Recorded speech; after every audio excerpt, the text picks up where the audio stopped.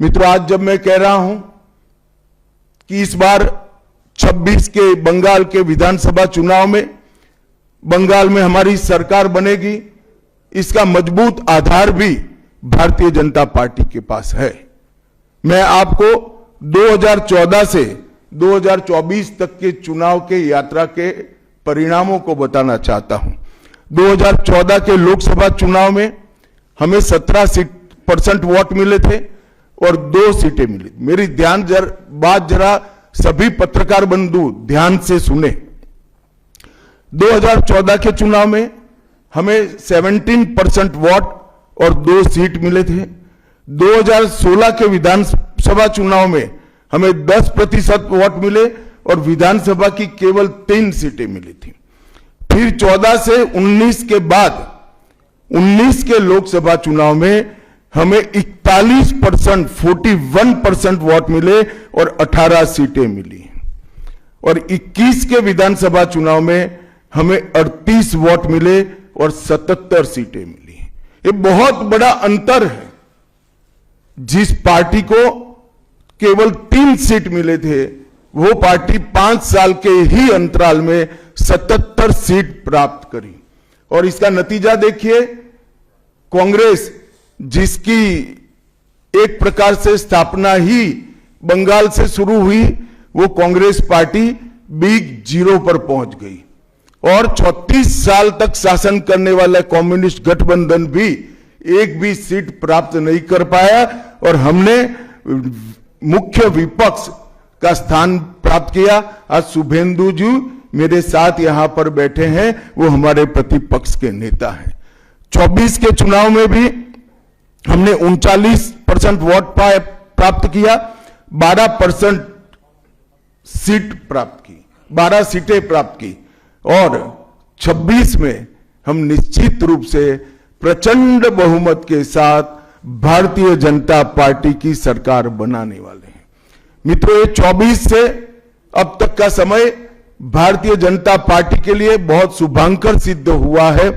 24 में लगातार तीसरी बार नरेंद्र मोदी जी इस देश के प्रधानमंत्री बने।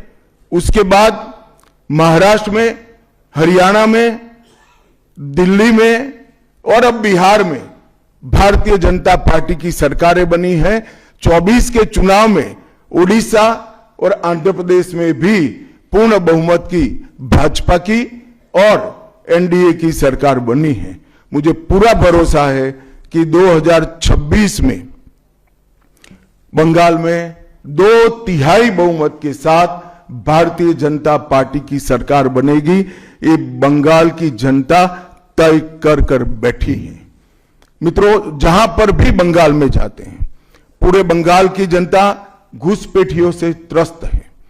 क्या कोई राज्य सरकार ऐसी हो सकती है जो घुसपैठियों की पनाहगाह अपने राज्य को बना दे? राष्ट्रीय सुरक्षा पर कितना बड़ा खतरा है, इसका जवाब बंगाल की मुख्यमंत्री ने बंगाल के चुनाव में दे। घुसपैठ रोकने के लिए उनके पास क्या योजना है? आर्टिकल 370 हटता है, वो विरोध करती है। सीएए लाकर बंगाल के शरणार्थियों को नागरिकता देने का हम कार्यक्रम करते हैं, वो विरोध करती है। और वो ठीकरा फोड़ते हैं कि बीएसएफ है, वो रोक नहीं रही है। ममता जी, मैं आज आपको इस सार्वजनिक प्रेस वार्ता में पूछना चाहता हूं कि कौन सी सरकार है बांग्लादेश की पूरी सीमा पर जो वाड़बंदी करने के लिए, बॉर्डर पर फेंसिंग करने के लिए जमीन नहीं देती है? अगर आप जवाब न दे पाए तो मैं ही देता हूं। आपकी ही सरकार है जो जमीन नहीं देती है, जिसके कारण फेंसिंग का काम समाप्त नहीं होता है। फिर भी भौगोलिक रूप से कठिन सीमा पर से कोई घुस कर आता है तो कहां जाता है? सबसे पहले बंगाल के गांव में जाता है। आपका पटवारी क्या कर रहा है? आपका थाना क्या कर रहा है?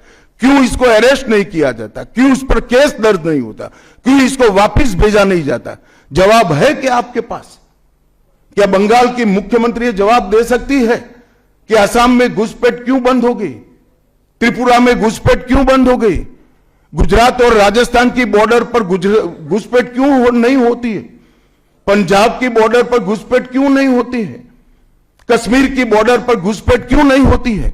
सिर्फ बंगाल में क्यों होती है?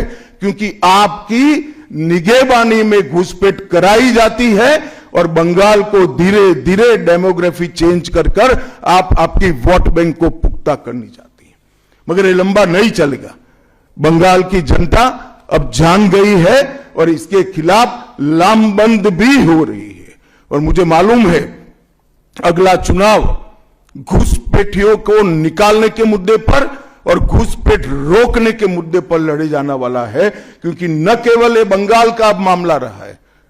मैं आज बंगाल की जनता को इस प्रेस वार्ता के माध्यम से बताने आया हूं कि बंगाल की बॉर्डर से हो रही घुसपैठ सिर्फ बंगाल का मामला नहीं रहा है, अब ये राष्ट्रीय सुरक्षा का मामला है। देश की संस्कृति को बचाना है, देश की सुरक्षा को सुनिश्चित करना है, तो बंगाल की बॉर्डर सील कर दे, ऐसी देशभक्त सरकार यहां लानी पड़ेगी जो ममता बनर्जी नहीं कर सकती, केवल और केवल भारतीय जनता पार्टी कर सकती है।